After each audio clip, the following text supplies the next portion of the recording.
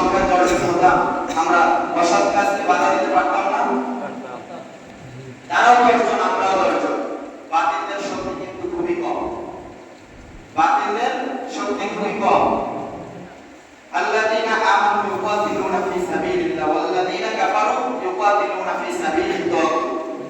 আল্লাহর জমিনে স্পষ্ট হেদায়েত পাওয়ার পর, স্পষ্ট দল পাওয়ার পর মানুষরা বিভিন্ন দলে বিভক্ত হয়ে আছে। মানুষরা মনে করতেছে এটাই শান্তি। তা আমরা তো দুনিয়ায় শান্তি চাই, তাই না ভাই? আখিরাতেও শান্তি চাই। তাহলে আমাদের দুনিয়াও দরকার, আখিরাতও দরকার। আল্লাহ বলছে আল্লাহর জমিনে যদি আল্লাহর নাম প্রতিষ্ঠা করো তোমরা, আতিমিদ্দিন, যেমন আতিমিস সালাহ, আমরা সকলকে বলি ভাই নামাজের সময় নামাজে আসো। কেউ একদিনও বলি না আতিমিদ্দিন, ভাই আসো না, দিন প্রতিষ্ঠার কাজে একদিন বের হই, 10 জনকে দাওয়াত দিই, এই কথা বলি না। নামাজে আসার কথা বলতে কোনো বাধা নেই। আল্লাহ কোরআনের ভিতরে নামাজের কথা বলছে 83 বার, মদত করে 83 বার, কিন্তু আতিমিদ্দিন, দিন প্রতিষ্ঠার কথা প্রায় 977 বার বলেছে, কিন্তু আমরা এটার দিকে একবারও লক্ষ্য রাখি না। এই দিন প্রতিষ্ঠা যদি হয়ে যেত তাহলে মানুষকে নামাজের দিকে ডাকা লাগতো, এমনি মানুষ নামাজে চলে আসতো। এই দিন প্রতিষ্ঠা করলে আল্লাহ বলছে তোমরা যদি আল্লাহর জমিনে, আমার জমিনে দিন প্রতিষ্ঠার কাজ করো, আমি তোমাদেরকে দুনিয়ায় সম্মান, ইজ্জত, ধন, সম্পদ সবকিছু দিব। বারাকাত মিনাস সামাওয়াতি ওয়াল আরদ, আল্লাহ আসমান এবং জমিনের ভিতরে বরকত দিয়ে ভরে দিবেন। যদি কি করি আমরা আল্লাহর জমিনে আল্লাহর দিন প্রতিষ্ঠার কাজ করি, তাহলে কি করবে? আল্লাহ বরকত দিয়ে ভরে দিবেন। কখন? আল্লাহর দিন প্রতিষ্ঠার কাজ করে। আর যদি আমরা আল্লাহর দিন প্রতিষ্ঠার কাজ না করি, আল্লাহ কি বরকত দিবেন? না। তাহলে আল্লাহ যদি আসমান জমিনের ভিতর বারাকা দিয়ে ভরে দেয়, আমাদের দুনিয়া কষ্ট থাকবে না। আমরা দুনিয়াতে ভাই শান্তির জন্যই করি, তাহলে যদি করাই লাগে কোনো কিছু আল্লাহর জমিনে আল্লাহর কাজটাই করি, আল্লাহ দুনিয়ায়ও সম্মান দিবেন, আখিরাতেও সম্মান দিবেন। আসলে সময় সংক্ষিপ্ত, প্রধান মেহমানকে বসে রেখে কথা বেশি বলা সুযোগ হয় না। এরপরও আমি বলতে চাই সেটা হচ্ছে আমাদের জমিনে আমরা আল্লাহর দ্বীনে কাজ করার জন্য যদি 10 জন এগিয়ে যায়, 11 জন আমাদেরকে ভয় পাবে। আমরা কি তাদেরকে মারবো? মারার প্রয়োজন আছে? আপনি যখন তাদের সামনে যাবেন, বলবেন যে ভাইরা দিনই কথা বলতে আসছে, দেখবেন আপনি যখন তাবলীগ জামাত আলাদা ভাইরা দোকানে যায়, সবাই কি তাবলীগ করে? কেউ কিন্তু কোনো মন্তব্য করে না, খুব ভালো ব্যবহার করে, চলে যায়, পরে তারপরে কথা বলে। আপনারা আল্লাহর জমিনে আল্লাহর দ্বীন প্রতিষ্ঠার জন্য কাজ করে দেখবেন বাতিলরা এমনিতেই ভয় পাবে। মাঝে মাঝে একটা কথা বলে থাকি, সেটা হচ্ছে আধারে ভয় পেও না, আলো আছে আড়ালে, অন্ধকার পালিয়ে যাবে তুমি উঠে দাঁড়াবে। আধারে আমরা ভয় পাই, কিন্তু একটু সামনে গেলেই কি আলো কিন্তু দেখা যায়। অতটুকু ধৈর্য আমাদের থাকে না। অতটুকু ধৈর্য যদি থাকে তাহলে কি অন্ধকার পালিয়ে যেত, আমি উঠে দাঁড়াবো, তাই না? যারা আমাদেরকে চোখ রাখা, আমি যদি একটু চোখটা দেখা করতে পারতাম, দেখবেন বা দ্বিতীয় দিন আপনাকে চোখ রাখাবে।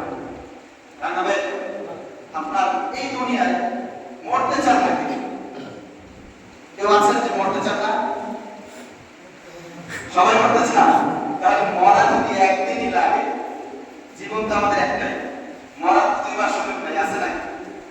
তাহলে মরা যদি একবারই লাগে, সেই মরাটা যদি বীরের মতন হয়, যেমন ভালো হয়, তাহলে বীরের মতন যদি মরা যায়, মরার পরে আল্লাহ জান্নাত দিবে বলছে, কাদের আল্লাহ ওয়াদা করছে শহীদদের।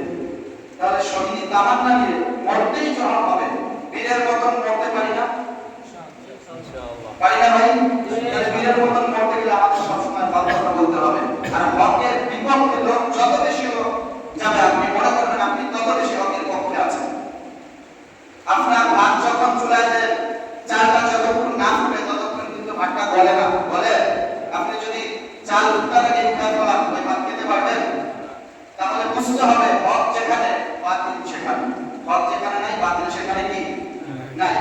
এজন্য আমি বলবো ভাই, আসলে যতটুকু কথা বলেছি এর ভিতরে যদি কোনো ভুল হয়, মহান রব মাফ করুন। এবং আমি যে কথাগুলো বলেছি, আল্লাহ আমাকে সহ আপনাদেরকে মানার তৌফিক দিন। আপনারা রাজি আছেন না ইনশাআল্লাহ এই কাজ করতে, আল্লাহর জমিনে আল্লাহর প্রতিষ্ঠা করার জন্য? এটা কোনো দলের কাজ ভাই, কোনো দলের কাজ না, আপনার কাজ। আপনি যদি নবীর উম্মত হন, আপনি কবরে যখন আপনাকে রাখা হয়, তখন তো বলেন কি যেন, বিসমিল্লাহি ওয়া আলা মিল্লাতি রাসূলিল্লাহ, তাই না? মরার পরে যে আল্লাহর নামে নবীর দলে দিয়ে গেলাম। কিন্তু দুনিয়ায় নবীর কাজ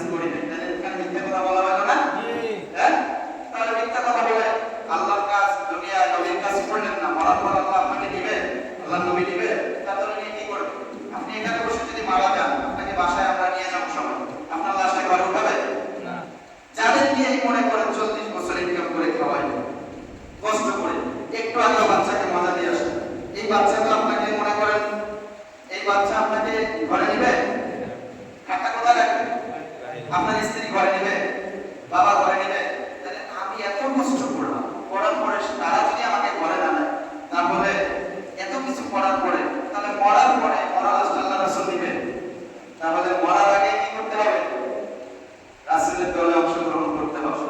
এজন্য অনেকে হয়তো ভাবতে পারেন যে জামাত ইসলামের প্রোগ্রাম বলতে চাইছিলাম না, তারপরে বলি ভাই জামাত ইসলামের একার কাজ না, রাসূলের উম্মত সবাই সকলের কাজ কি রাসূলের দলে অংশগ্রহণ করে আপনি দিন এই জমিনে আল্লাহর দিন প্রতিষ্ঠা করলে আপনিও সুখী, এই জমিনও সুখী, আপনার পরিবারও সুখী, রাষ্ট্রও সুখী, সমাজও সুখী।